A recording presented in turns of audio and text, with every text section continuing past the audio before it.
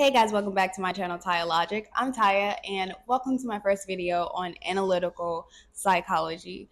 Um, so a bit of things are going to be changing to the channel regarding the uploading schedule. I'm going to be posting every Monday, Wednesday, and Friday starting next week. And as well, I'm going to be adding an element of poetry and my analytical psychology research. Oh my gosh. But I'm also going to be keeping my reactions, of course. So this is just going to be another element to my channel, and I haven't decided yet what days I'm going to be posting specific content, and I may not decide that. But we're trying to get to 3,000 subscribers on this channel and 100 likes on this video. Thank you guys so much for your support and for the super thanks and donations. I've been really appreciating that. I'm going to say this in every video. They've really been helping keeping the lights on. I say it lightly, but I mean it genuinely. And as well, I'm just going to get straight into this video today. I know you guys are excited to hear what I have to say. So I started studying psychology 6 years ago, and it really kind of picked up after I started being homeschooled. So my dad took me out of middle school, and he homeschooled me for the rest of my high school years. And honestly, I did not want to be home. I did not want to be homeschooled. I didn't. It was just, oh my gosh, I knew I was gonna miss so much. I was gonna miss like my friends and stuff, the friends that I had made. And honestly, I was just looking forward to the experience because I had been hearing about it. And so I had realized that it also was kind of a blessing for me because I've been able to learn how to introspect more. I realized, like, at least me, being in school, being who I was as a kid, I was the type of person that I knew who I was, but it was hard for me to stick to who I was. So, being able to be alone and not hear or not be surrounded by all of these different, ways of thinking and values, I was able to really assess myself and understand who I wanted to be. So I was able to get that experience, and I'm really glad for that because I don't know who I would be without me really trying to understand who I am. I don't know who I am without that. But so yeah, I started studying psychology 6 years ago, and it really picked up when I was homeschooled. So I didn't really have any friends after my freshman year. I think I talked to one person still after school, and that's crazy because I actually thought I had like really lifelong friends, but honestly not really because I didn't really answer the phone either. And I kind of shrunk into myself and introverted and became this person that loves solitude. You cannot get me out of loving a good day to myself just reading a book. I'm sorry. And people who I surround myself with, I feel like they are better than me being alone. They're better than my alone time, which I do value. But I love being around people too. So I'm just gonna go into that. So feeling misunderstood kind of led me into my research in analytical psychology. Like I said, me as a kid, me as a child, I was very. I felt like I was outside of myself watching myself perform. Like I wasn't always completely there, but it's like, especially in moments where there was a lot of excitement, it was just like I am here. I'm in the moment and I feel like I'm in the moment, but it'll almost be like I'm looking at myself. And then I started to notice like a lot. I started to notice a lot, and I feel like I started to understand why people surround themselves with a lot of people or with consistent gossip or consistent like because that's what my life was. That's what my little childhood was like before I had been homeschooled. And honestly, it had made me start to question everything about myself. I was just like, okay, so why am I doing this? Why did I do this? And why didn't I behave like this? And what did my childhood mean? Like, I got into a whole thing, and I had already been so curious about my experiences growing up because I'd never been able to honestly express how I felt about my dad, about my mother, about any of my siblings. Like, and being a middle child, being like a child, I didn't.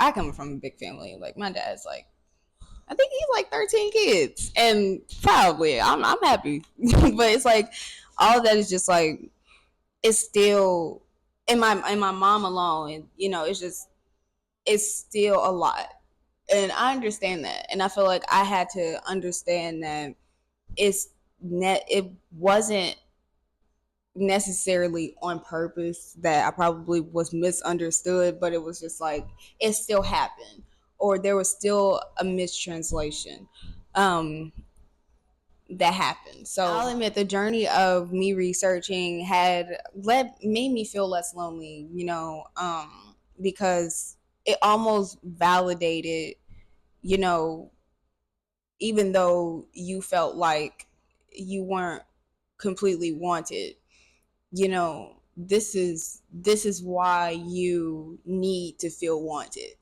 Like, it's not like um I just didn't feel this way, or it was a responsibility that wasn't acted upon.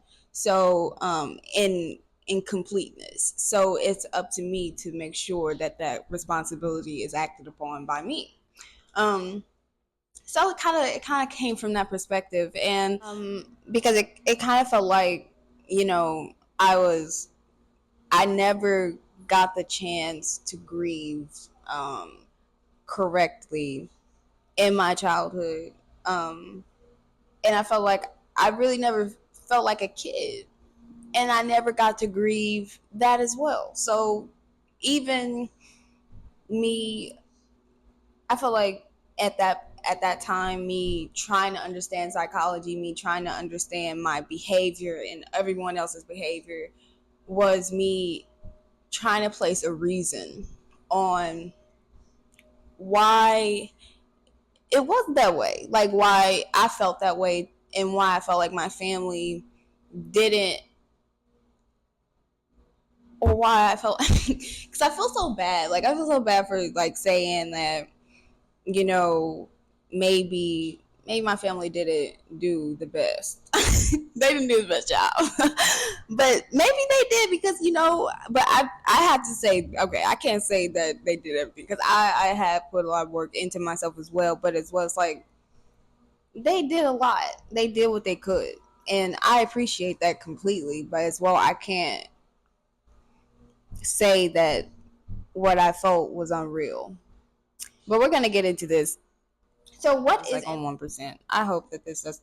Okay, this is just I sabotage myself. So what is analytical psychology, first of all? So plain answer, analytical psychology is a theory developed by Carl Jung. So he placed an importance on wholeness, which is the harmony in the psyche, or balance in the psyche. So the main concept of analytical psychology is bringing together the collective unconscious and the personal unconscious. So the collective unconscious pertains to the inherited foundation of a person's personality and intellectual life, where the personal unconscious, which explained by Jung, will pertain to a person's memories, thoughts, and feelings based on their personal experience. So in later videos, we'll discuss further what the collective and personal unconscious really pertain to within the mind. But for now, I don't want to go too much into that, because it's not necessary to understand the fundamental concept of analytical psychology. So Jung placed less importance on the role of sexuality in neurosis in comparison to Sigmund Freud. who he actually worked alongside for some years before they split, and focused on the immediate conflicts that um, as being more useful in understanding an individual's problem. So rather than uncovering childhood problems, which is where Sigmund Freud was kind of more focused on. So Jung classified people into extroverted and introverted types, further, distinguishing them into four primary functions of the mind, where it's, sensation, intuition, feeling, and thinking. So Myers-Briggs type indicator is a popular example that uses Jung science only loosely, and is based on another one of Jung's theories on psychological type.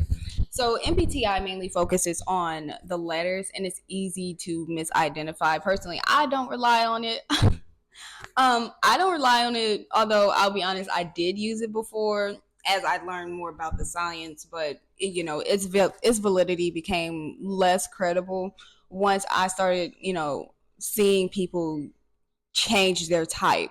Like, people would go from ENTJ to being INTJ based off of their feelings of being extroverted and introverted. So it was mainly focused on the letters and not really the cognition. So anyway, Jung's analysis is like psychoanalysis, a method to access, experience, and integrate unconscious material into awareness. So it's a search for the meaning of behaviors, and in a way to extend the knowledge of yourself, of knowing who you are, basically. Quoting Plato, know thyself, I guess. So I feel like my specific perspective was similar to Young's in trying to understand my family's behavior and my own specific traumas or behaviors that I didn't understand or have the tools to understand. So, but Jungian therapy never came to mind. I feel like if I had the right thinking tools, I could figure this whole thing out. So I came to an ultimate conclusion after researching Jung's approach on psychological type and the Enneagram as well, that there could be a potential that there is no actual one answer in trying to figure this whole thing out, and trying to attach any metaphysics, oh my gosh, to psychology is a thing people get, weary about because it's not technically effective in practice or concrete enough.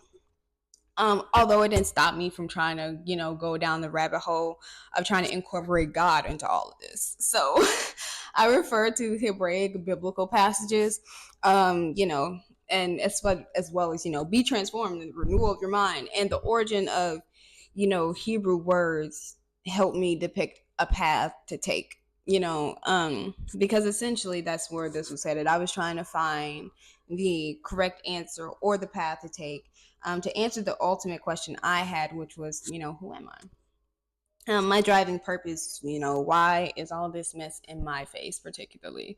And, like I mentioned earlier, I've come to a definitive conclusion, but I spent a lot of time in the space of introspection, research, and thought, and I still am. And I like to make people aware of the importance, in understanding who you are. That is so important. And understanding other people. We are doing a bad job understanding each other. It is a terrible thing because it is causing so many problems when they can be fixed so easily. And it literally is making a decision. It's trying to listen, and it's not making the decision to understand, but it's making the decision to try. And once you genuinely try, you really do figure some things out. So, and honestly, I feel like the ultimate motivation should be. I always feel like it should be love, honestly, and learning how to love properly, even if you're not trying to love everybody. It's, learning how to love yourself properly, because that can make a dramatic difference in life. Watching. We're trying to get to 3,000 subscribers on this channel and 100 likes on this video. I really appreciate you guys being here with me today and just listening to me talk. This was lesson 1 on what is analytical psychology, and I hope to see you soon.